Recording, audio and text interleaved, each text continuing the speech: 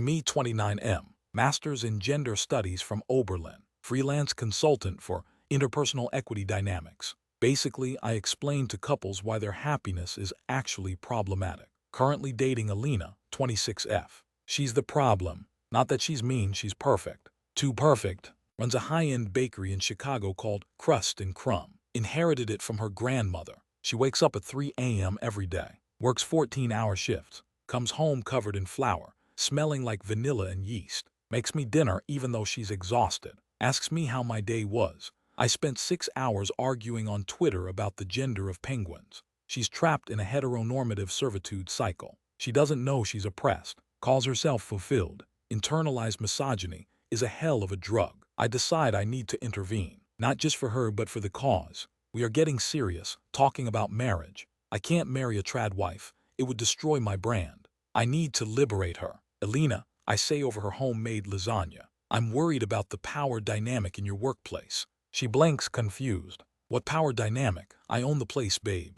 Exactly. You're perpetuating a matriarchal capitalism that mirrors patriarchal extraction. Plus, you look tired. I'm a baker. Bakers are tired. No, slaves are tired. Empowered partners are rested. I'm coming to the bakery tomorrow. I'm going to do a structural audit. She laughs like it's a joke. I am not joking. Next morning, 4 a.m. She tries to wake me up. Go back to sleep, I mumble. Waking up before the sun is a remnant of agrarian feudalism. I show up at the bakery at 10 a.m. Civilized hour. Walk into the kitchen. It hits me like a physical assault. The heat, the noise, the shouting, behind hot corners sharp. It's militaristic. It's violent. I see Alina running the pass. She's sweating, hair tied back, shouting orders. We need 40 baguettes on the fly. Pierre, your laminated dough is getting warm. Move it. She looks dressed. I see the enemy. Pierre, 50-year-old French guy, arms like tree trunks, scars all over his hands. Head pastry chef. He's yelling back at her.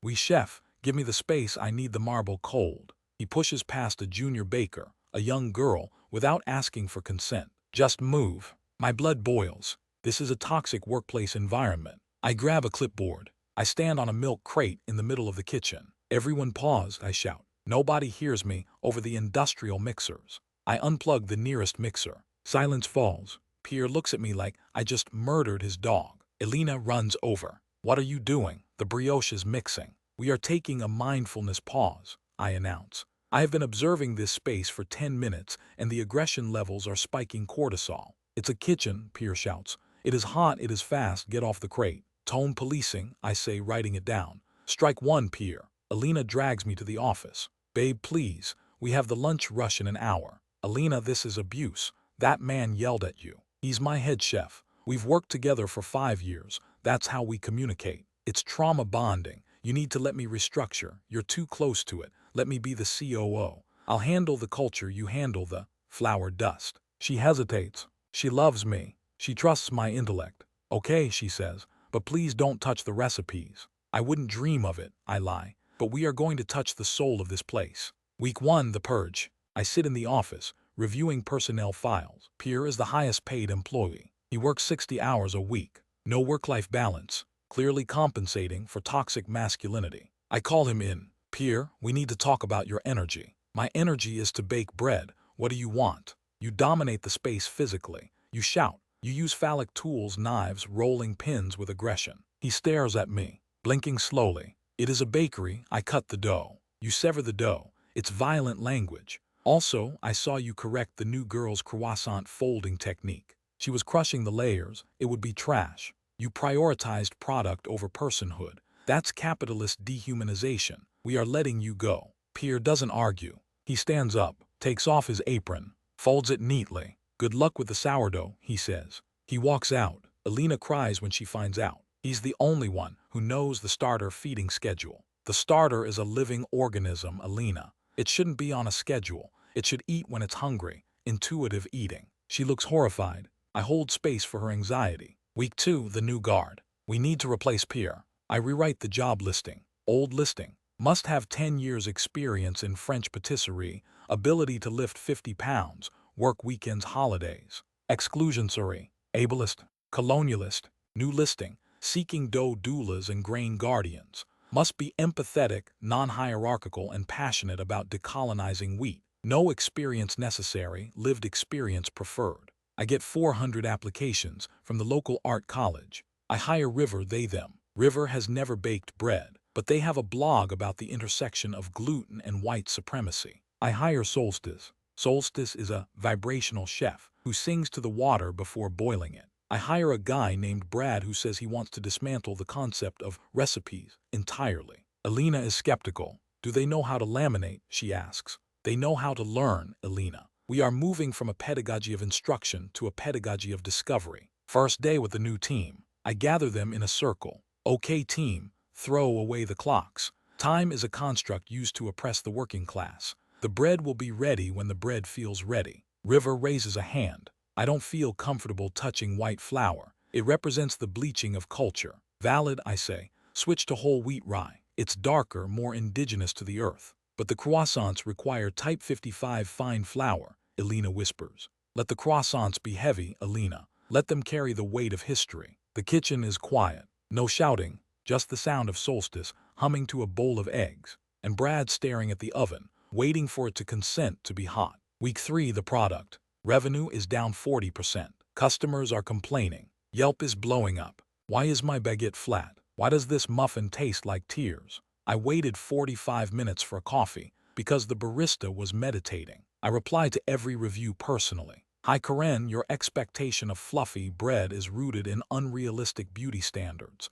Our bread is dense because it is real. Educate yourself. Alina is panic attacks daily. She tries to step in and fix the dough. River blocks her. Alina, you're micromanaging. It's triggering my authority issues. The dough is dead, Alina screams. You killed the yeast. The water was too hot. The water was passionate, Solstice argues. Heat is an emotion. I pull Alina aside. You're being hysterical. You need to trust the process. We are disrupting the bakery industry. We are bankrupting the bakery. Capital is fleeting. Community is forever. I can't pay the rent with community. Not with that attitude. Then the neighbor appears. Marco owns the butcher shop next door. The cleaver. Guy is 64. Wears a blood-stained apron. Looks like he wrestles bears. Walks into our bakery. Smells like smoked meat and testosterone. I feel my flight response kick in. He looks at the display case. Sees the flat gray croissants. Sees the deconstructed muffins crumbles on a plate. Laughs. A deep booming laugh that rattles the soy milk cartons.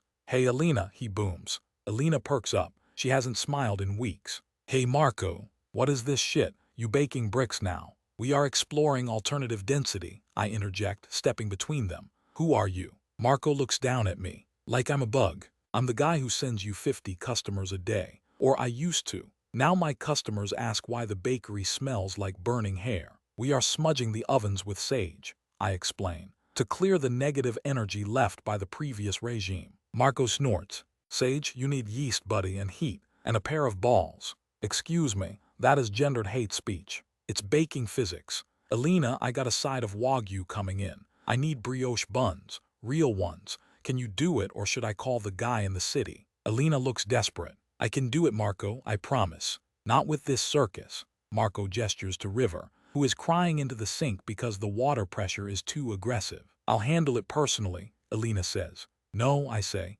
We don't do special orders for carnists. It goes against our ethics. Alina looks at me, eyes cold. I'm doing the order. If you do the order, you are validating his toxic masculinity. I am validating his money. We are broke. She pushes past me, starts grabbing flour. I feel betrayed. I retreat to the office to write a Twitter thread about how internalized capitalism destroys relationships. Week 4, the crisis. The mayor's annual charity gala. Biggest event of the year. Alina booked this 6 months ago. 500 pastries. A 5-tier cake. It's do or die. I call a team meeting. Okay, this is a high-pressure event, but we will not succumb to stress culture. We will move at the speed of trust. We need to start baking now, Alina says. It's 2 days away. We will start when the energy aligns, Brad says. Alina ignores them, starts working like a demon. She's mixing, kneading, folding. But she's alone. The new hires are holding space for her in the corner, sitting on beanbags I bought with the flour budget. You guys need to help, Alina screams. You're not inviting us in, River says. You're demanding it's colonial. I am paying you. Wage labor is theft, Brad nods. I step in. Alina, lower your voice. You are creating a hostile environment. I'm going to fire all of you, she shrieks. You can't. We unionized yesterday, I smile. I helped them file the paperwork. The Bakery Equity Collective. Elena drops a bowl. It shatters. She stares at me. You unionized my employees against me. In my own business. I empowered the workers against the owner class. Technically, since we live together, I am also the owner class, so I am a class traitor. It's very noble. She walks out, doesn't come back for hours. Leaves me with the collective. Okay, team, I say. Elena is having a moment. We need to step up. Let's bake this cake. I've never baked a cake, Solstice says. It's just flour and water and sugar. Follow your heart. We start baking. Brad decides that tiers are hierarchical. Why should the top tier look down on the bottom tier? It's elitist. So what do? We put them all on the same level. A horizontal cake. Brilliant. It challenges the verticality of success. We make 5 separate cakes. River uses beet juice instead of red dye because red dye 40 is a tool of the pharmaceutical complex. The cakes look like bleeding rocks. They are dense because we didn't use baking powder. Chemical agents are unnatural. The gala is tonight. Elena returns. She looks pale. She sees the cakes. 5 flat, red, heavy lumps on a table. What is this? It's the gala installation. We call it the deconstruction of sweetness. It's raw inside, she pokes it. It's rare like a steak. Marco likes steak, right? She doesn't scream. She goes silent. Scary silent. We have to deliver this in an hour, she whispers. I'll drive, I say. I rented an electric cargo bike. Vans are bad for the carbon footprint. You can't fit 5 cakes on a bike. Watch me. The disaster. I load the cakes onto the cargo bike. It's raining.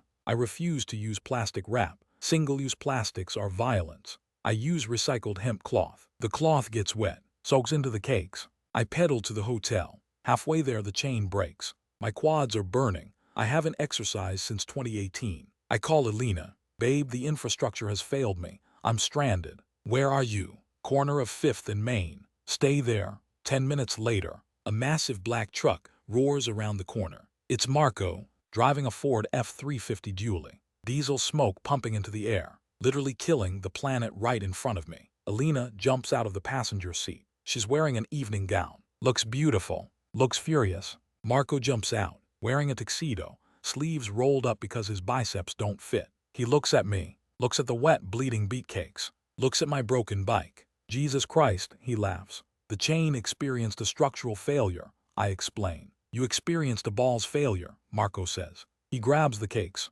tosses them into the truck bed like they're garbage. Which they are. Get in, Elena says to me. I'm not getting in that death machine. It gets 8 miles to the gallon. Get in the truck, she screams. I get in the back seat. It smells like leather and gun oil. Marco floors it. We arrive at the gala. We walk in. The mayor is waiting. Elena, where is the masterpiece? Elena looks at the cakes. They are dissolving. Red beet juice leaking everywhere, looking like a crime scene. I step forward.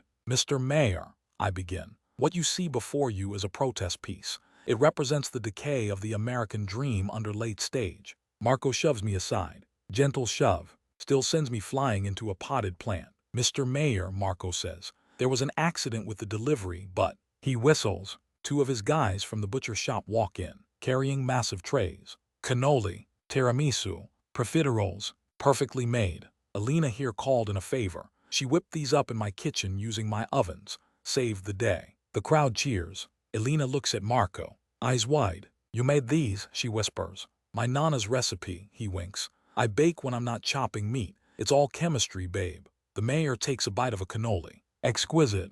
Elena is saved. The bakery is saved. I stand up from the potted plant, brushing dirt off my skinny jeans. This is a lie, I shout. Those are patriarch pastries. They were made with unethically sourced sugar. Nobody listens. Marco puts his arm around Elena. She leans into him. She doesn't pull away. She looks unsafe. My heart sinks, not because I lost her, but because she succumbed to the archetype. The fall. Next morning, I go to the bakery. The locks are changed. My key doesn't work. There is a note on the door. Under new management. I bang on the glass. Elena, you can't do this. We have a lease. We have a relationship contract. The door opens. It's not Elena. It's Pierre. He's back, wearing a fresh white jacket, looking smug. Bonjour, he says. She rehired the oppressor. She rehired the baker. Go away, little boy. The adults are working. He slammed the door. I see through the window. The collective is gone. River, Solstice, Brad, nowhere to be seen. Instead, I see guys with tattoos,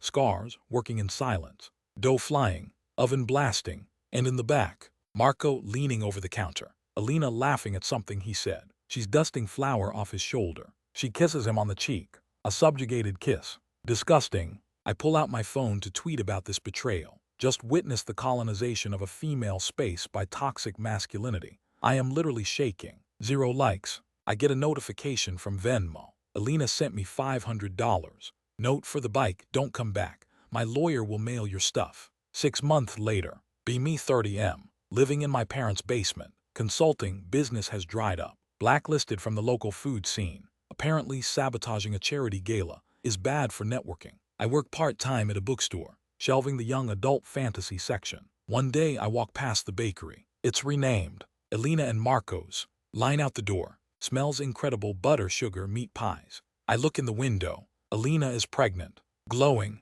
working the register but sitting on a stool. Marco is carrying 250 lb sacks of flour like they are pillows. He kisses her forehead. She looks happy, genuinely happy, not politically conscious happy, just happy. I feel a pang of something. Hunger, envy. No, it's pity. She chose servitude over liberation. She chose a man who provides and protects over a man who deconstructs and challenges. She settled for biology. I walk away, adjust my scarf, go to Starbucks, order a soy latte. The barista gets my name wrong, writes Cug on the cup. I stare at it. Maybe Marco comes here too. I sip the lukewarm bean water. It tastes like mediocrity. I open my laptop, start writing a new manifesto. Why happiness is a tool of the far right. It's going to be a bestseller. Just need to find a publisher who understands the vibe.